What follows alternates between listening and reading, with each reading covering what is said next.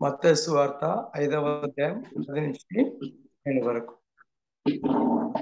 హింసింపబడువారు ధన్యులు, పరలోక రాజ్యము వారిది.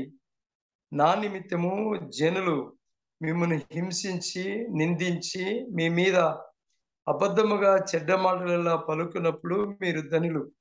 సంతోషించి ఆనందించుడి, పరలోకమందు మీ ఫలము అధికమగును. ఈలాగన వారు మీకు పూర్వమందుండిన ప్రవక్తలను హింసించిరి. దేవుని నామానికి స్తోత్రం కలుగును గాక. నీతి నిమిత్తము హింసించబడువారు ధన్యులు. ఈ లోకంలో మరి నీతితో, భయముతో, భక్తితో, విశ్వాసముతో, నమ్మకముతో సాగిపోతున్నప్పుడు అనేకమైన శ్రమలు కుటుంబంలో, సంఘంలో, సమాజంలో, మనం చేస్తున్న పనులలో మరి వస్తూ ఉంటాయి. ఎందుకంటే నీతితో దేవుని భయము కలిగి జీవిస్తున్నప్పుడు హింసలు వస్తాయి. మరి మనం గర్వంగా, అహంకారంగా, మరి మనము కూడా ఒక రౌడీల వలె చేస్తే మన దగ్గరికి ఎవరు రారు. కానీ తగ్గించుకొని వినయ విధేయతలు కలిగి ఉన్నప్పుడు ప్రతి ఒక్కరు కూడా హింసిస్తూ ఉంటారు. ఎందుకు అనంటే మనము దేవుని నమ్ముకున్నాము, విశ్వాసంలో సాగిపోతున్నాము, భయభక్తులతో సాగిపోతున్నాము కనుక హింసలు వస్తాయి, కష్టాలు వస్తాయి, బాధలు వస్తాయి, వేదనలు వస్తాయి. కాబట్టి నేటి దినాలలో, ఈ చివరి దినాలలో దేవుని పిల్లలకు ఉన్నటువంటి హింసలు లోకంలో ఉన్న వారికి ఎక్కడ కూడా లేవు.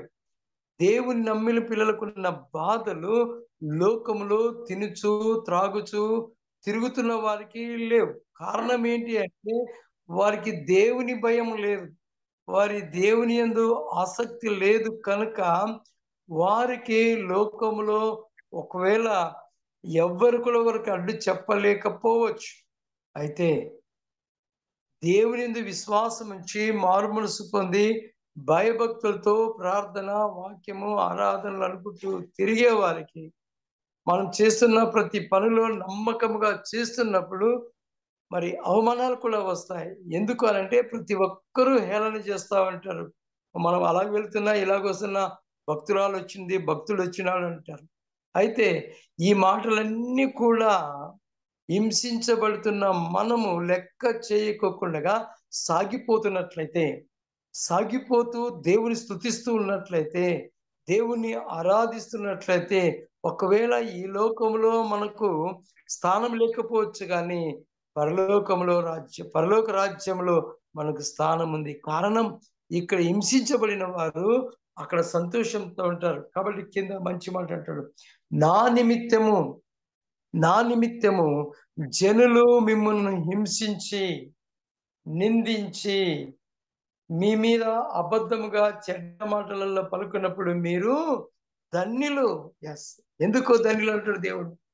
చాలా మంది భూమి మీద డబ్బున్న వారిని, అధికారం ఉన్న వారిని, మరి ఒక 10 మంది పిల్లలున్న వారిని, మంచి హోదాలో ఉన్న వారిని ధన్యులు అంటారు. కానీ దేవుని వాక్యము అలాగంటలేదు. దేవుని వాక్యం ఏమంటుందంటే నా నిమిత్తము, దేవుని నిమిత్తము సువార్త బోధిస్తున్న వారిని, వాక్యం ప్రకటిస్తున్న వారిని, ఆరాధనలు జరుపుతున్న వారిని, కూడికలు జరుపుతున్న వారిని, నమ్మకముగా సాగిపోతున్న వారిని, దేవుడిచ్చిన పనిని యథార్థంగా చేస్తున్న వారిని జనులు నిందిస్తారు, అవమానపరుస్తారు, హేళన చేస్తారు. నమ్మకముగా చేస్తూ ఉన్నప్పుడు నిందలే ఉంటాయి, యథార్థంగా పనిచేస్తున్నప్పుడు అవమానాలే ఉంటాయి. కారణం ఏంటి అంటే దేవుని నిమిత్తం మనకు కూడా బలం ఉంటుంది, శక్తి ఉంటుంది, ధైర్యం ఉంటుంది కొట్టడానికి, తిట్టడానికి కూడా. కానీ మనము దేవుని నమ్ముకున్నాం, మారు మనసు పొందాం, రక్షణ పొందాం, బ్యాప్టిజం తీసుకున్నాం, బలలో చేస్తున్నాం. కాబట్టి మనము అన్ని విషయాల్లో ప్రభు చెప్పినట్లు తగ్గించుకున్న దానికి నిందలు వస్తాయి, హింసలు వస్తాయి, అవమానాలు వస్తాయి, మరి సమస్యలు కూడా ఎదురవుతాయి, రోగాలు కూడా వస్తాయి. అయితే ప్రభు అంటాడు, మీ మీద అబద్ధముగా చెడ్డ మాటలలో పలుకున్నప్పుడు మీరు ధన్యులు. మనం చేస్తున్న పనుల్లో గాని, సంఘాల్లో గాని, కుటుంబంలో నమ్మకముగా పనిచేస్తున్నప్పుడు మన మీద లేనిపోని అబండాలు కూడా వేస్తారు. లేనిపోని నిందలు కూడా వేస్తారు. లేనిపోని అవమానకరమైన మాటలు కూడా మాట్లాడతారు. వాటన్నిటిని మనం సహించుకుంటూ, వాటన్నిటిని కూడా మనం భరించుకుంటూ నమ్మకముగా సాగిపోతూ ఉంటే, ఒకవేళ ఈ లోకంలో మనం ధన్యులం కాకపోవచ్చేమో కానీ, దేవుని విషయంలో మనము ధన్యులము. మనము దేవుని కృపకు పాత్రులము. దేవుని యొక్క ప్రేమను పొందుకొని ఈ లోకములో ఏదో ఒక రోజు తను చాలిస్తాము. ఆ తను చాలించిన తర్వాత మన ఆత్మ దేవుని సన్నిధికి వెళ్ళినప్పుడు అక్కడ దేవుని దూతల పరిచర్య ఉంటుంది. దేవునితో కలిసి ఆరాధించే భాగ్యం ఉంటుంది. కారణం నీతి నిమిత్తం హింసించబడ్డాం కాబట్టి దేవుని యొక్క సన్నిధి మనకు దొరుకుతుంది. దేవదూతల పరిచర్య దొరుకుతుంది. కాబట్టి మనం ఈ హింసలొచ్చినప్పుడు, బాధలొచ్చినప్పుడు, శోధనలొచ్చినప్పుడు, వేదనలొచ్చినప్పుడు, రోగాలొచ్చినప్పుడు బాధపడకూడదని మనల్ని దేవుడే బలపరుస్తున్నాడు. వేదన పడకూడదని దేవుడే మనల్ని ధైర్యపరుస్తున్నాడు. ఎలాగంటే సంతోషించి ఆనందించండి. యెస్. సువార్తలో వెళ్తాం. పత్రికలు చించేస్తారు. బైబిల్ కాల్చివేస్తారు. సేవకుల్ని, సువార్త గుంపుల్ని కొట్టేస్తారు. కొట్టినప్పుడు మనం దేవానికి స్తోత్రం అనాలంట. దేవానికి వందనాలు అని అంటే పరలోకం నుంచి దేవదూతలు మనల్ని చూసి అక్కడ సంతోషము, మనకు కూడా ఆనందం ఉంటుంది. అంతేకాదు పరలోకమందు మీ ఫలము అధికమను. భూలోకములో ఫలం కాదు. భూలోకంలో ఆస్తులు, అంతస్తులు కాదు. భూలోకంలో హోదాలు కాదు. భూలోకములో సమస్త వైభవము అధికం కాదు గాని ఏదో ఒక రోజు ఈ భూమి మీద ఉన్నదంతా కూడా విడిచి వెళ్ళవలసిన వారమై ఉన్నాం. తిమోతి పత్రికలో అంటాడు, ఈ లోకంలోనికి ఏమీ తీసుకొని రాలేదు, ఏమి కూడా తీసుకొని వెళ్ళలేం. కానీ దేవుని నిమిత్తము, సేవ నిమిత్తము, ప్రభువు నిమిత్తము తగ్గించుకొని మనము హింసించబడినప్పుడు మన ఫలం పరలోకమందు రోజు రోజుకి ఎక్కువవుతుంది. ఇక్కడ ఎంత హింసించబడతామో అక్కడ అధికమవుతుంది.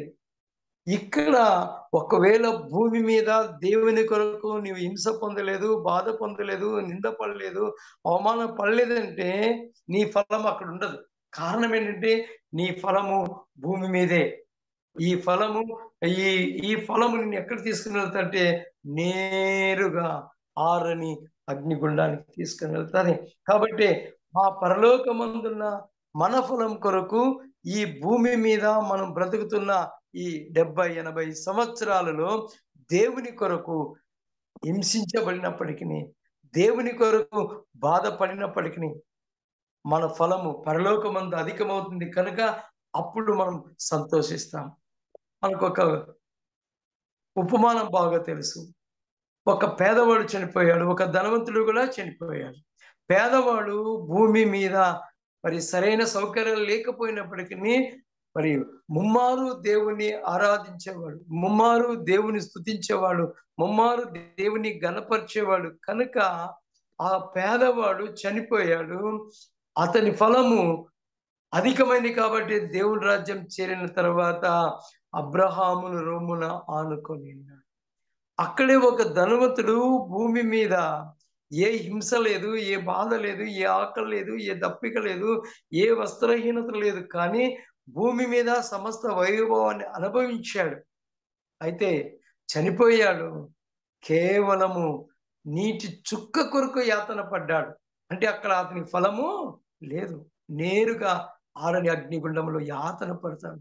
ఈ ఉదయకాలం నీతితో ఈ భూలోకంలో జీవించినంత కాలం దేవుని యందు భయభక్తులు కలిగి సత్యదేవుడని, సజీవుడైన దేవుడని మనం ఆరాధిస్తున్న మన దేవుని కొరకు మనం హింసించబడినప్పుడు, బాధపడినప్పుడు, శ్రమ పడినప్పుడు, నింద పడినప్పుడు మనము సంతోషించాలంట, ఆనందించాలంట. దేవుని పిల్లలు పనిచేస్తున్న స్థలాలలో రకరకాలుగా హింసిస్తారు, రకరకాలుగా బాధ పెడతారు. కానీ దేవుని పిల్లలు యథార్థంగా ఉన్నప్పుడు వారు అంటున్నది ఏది కూడా వారిని ఏమి కూడా చేయలేవు.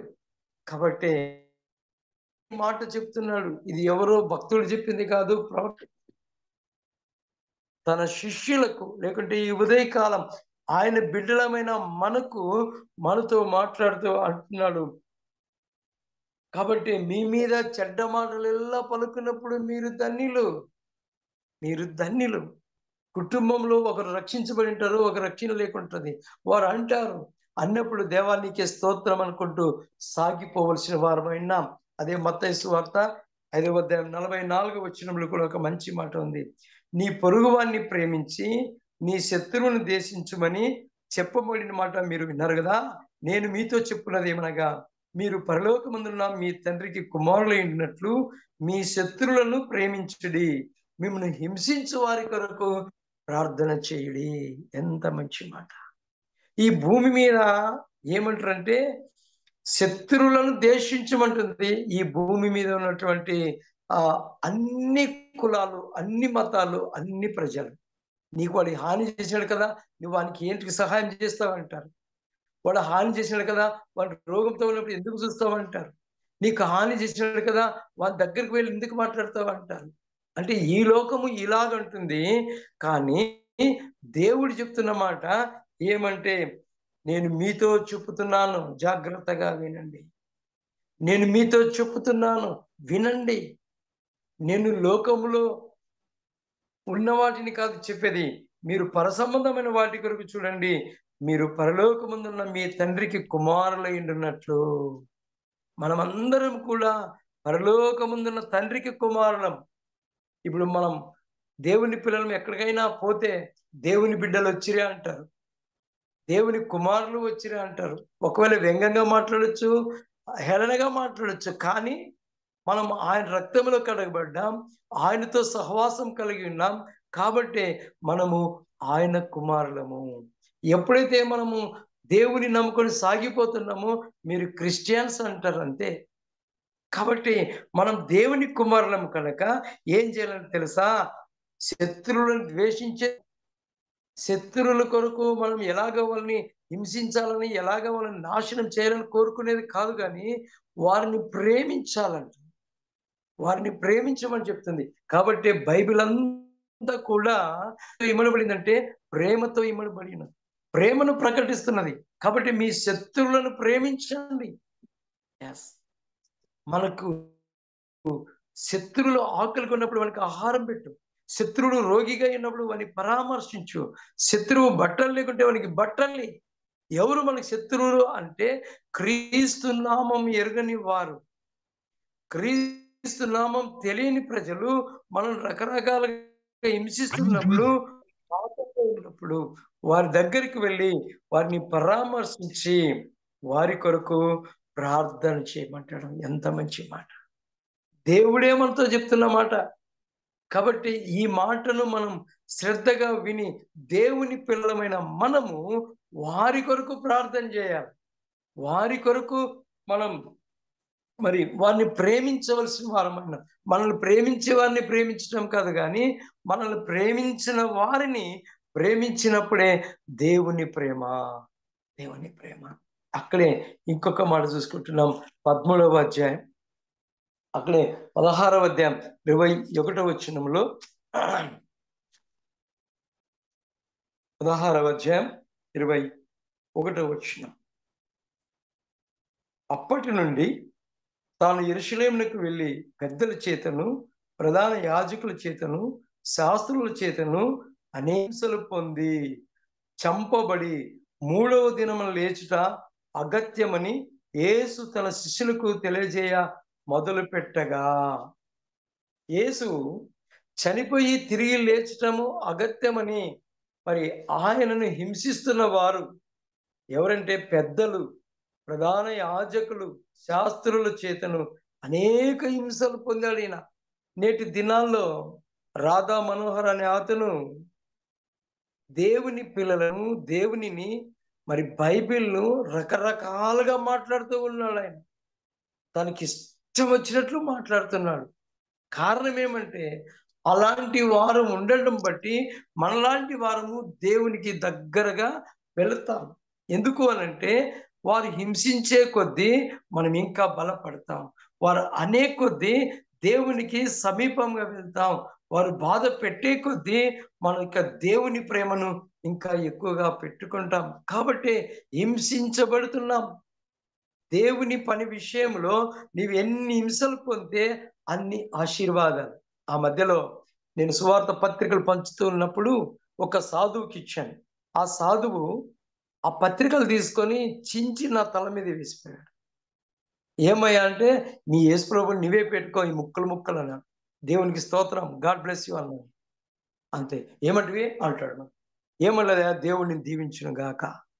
ఎందుకు అనంటే, మనం ఎదురు తిరగొచ్చు. అక్కడ సభ్య సమాజం అంతా కూడా వస్తారు. కానీ, మనం వారిని ప్రేమించాలా, వారిని దీవించాలా. మిమ్మల్ని హింసించని వారి కొరకు ప్రార్థన చేయండి. ఈ ఉదయ కాలం నీతి నిమిత్తము హింసించబడిన వారు ధన్యులు. కాబట్టి మరి అపోస్తలుడైన పౌలు కూడా ఒక చక్కటి మాట చెప్తున్నాడు. రోమీయులకు రాసిన పత్రిక 8వ అధ్యాయం 35వ వచనంలో, క్రీస్తు ప్రేమ నుండి మనలను ఎడబాపు వాడేవాడు. ఒకవేళ ఈ లోకంలో ప్రేమలన్నీ ఒకనాడు ఎడబాపుతాయేమో. తల్లిదండ్రుల ప్రేమ, అన్నదమ్ముల ప్రేమ, అక్కచెల్లెళ్ళ ప్రేమ, ధనము ప్రేమ, స్నేహితుల ప్రేమ, ఉద్యోగ ప్రేమ, ఇవి రకరకాల ప్రేమలు భూమి మీద ఉన్నాయి. ఈ ప్రేమలన్నీ కూడా ఒకనాడు దూరమైతాయంట. అయితే పౌలు అంటాడు, శ్రమ అయినా, బాధ అయినా, హింస అయినా, కరువైన, వస్త్రహీనత అయినా, ఉపద్రవమైన, ఖడ్గమైనను మనలను ఎడబాపున. ఎంత మంచి ప్రేమ! నీతి కొరకు హింసించబడుతుంటే ఇవన్నీ వస్తాయి, ఇవన్నీ ఉంటాయి. అయితే క్రీస్తు ప్రేమ మనలను ఎప్పటికీ ఎన్నటికీ వదులుకున్నటువంటి ప్రేమ. ఒక చిన్న ఉదాహరణ చెప్తా. నూతనంగా పెళ్ళైన నవదంపతులు ఉన్నారు. వారిద్దరు కలిసి అలాగూ వాకింగ్ వెళ్ళారంట. వాకింగ్ వెళ్ళినప్పుడు వారిద్దరు మాట్లాడుకుంటూ వెళ్తున్నారంట. మనిద్దరం ఒకటే. ఈరోజు దేవుని పెళ్లిలో దేవుడు సేవకులు చెప్పారు కదా, ప్రమాణం చేసేటప్పుడు వారిద్దరు ఏక శరీరమై ఉన్నారని. మనిద్దరం ఏక శరీరము, నేను నిన్ను ప్రేమిస్తా, నీవు నన్ను ప్రేమిస్తున్నావు అనుకుంటూ మాట్లాడుతూ వెళ్తూ ఉన్నప్పుడు కొద్ది దూరం అడవిలో ప్రయాణం చేసి వెళ్తున్నప్పుడు వారికి ఒక ఎలుగుబంటి ఎదురొచ్చిందంట. ఎలుగుబంటి ఎదురొస్తూనే ఈ భర్త ఏం చేశాడంటే వెంటనే ఆమెకి చెప్పి, నీవు ఇక్కడే ఉండు, నేను కొంచెం చెట్టు ఎక్కుతానన్నాడంట. ఆ ఎలుగుబంటి దగ్గరకు వచ్చింది. ఆ ఎలుగుబంటిని చూసి ఆ భర్త చెట్టు ఎక్కి కూర్చున్నాడంట. ఈ భార్య కూడా జ్ఞానవంతురాలు, బుద్ధిమంతురాలు. ఏం చేసిందంటే వెంటనే చనిపోయిందలాగా పడిపోయిందంట. అక్కడ పడిపోతే ఆ యొక్క ఎలుగుబంటి వచ్చి ఆ చెవుల దగ్గర, నోటి దగ్గర, ముక్కు దగ్గర, కాళ్ళ దగ్గర చెక్ చేసిందంట. ఎక్కడ స్పందన లేదానికి అది వెళ్ళిపోయిందంట. వెళ్ళిపోతూనే అప్పుడు ఈ భర్త దిగి ఏం చెప్పినాడు అక్కడ నీకు అని చెప్తే, ఆ భార్య అంటుందంట దిగి వచ్చిన తర్వాత, నీ భర్తను నీవు నమ్మద్దు. ఎందుకంటే ప్రేమిస్తాను ప్రేమిస్తానని చెప్పాడు, అపాయం వచ్చినప్పుడు విడిచి వెళ్ళాడు. అయితే క్రీస్తు ప్రేమ ఏం చేసిందంటే అక్కడ ఆ భార్యకు జ్ఞానం ఇచ్చాడు, ఆమెను సజీవంగా ఉంచాడు.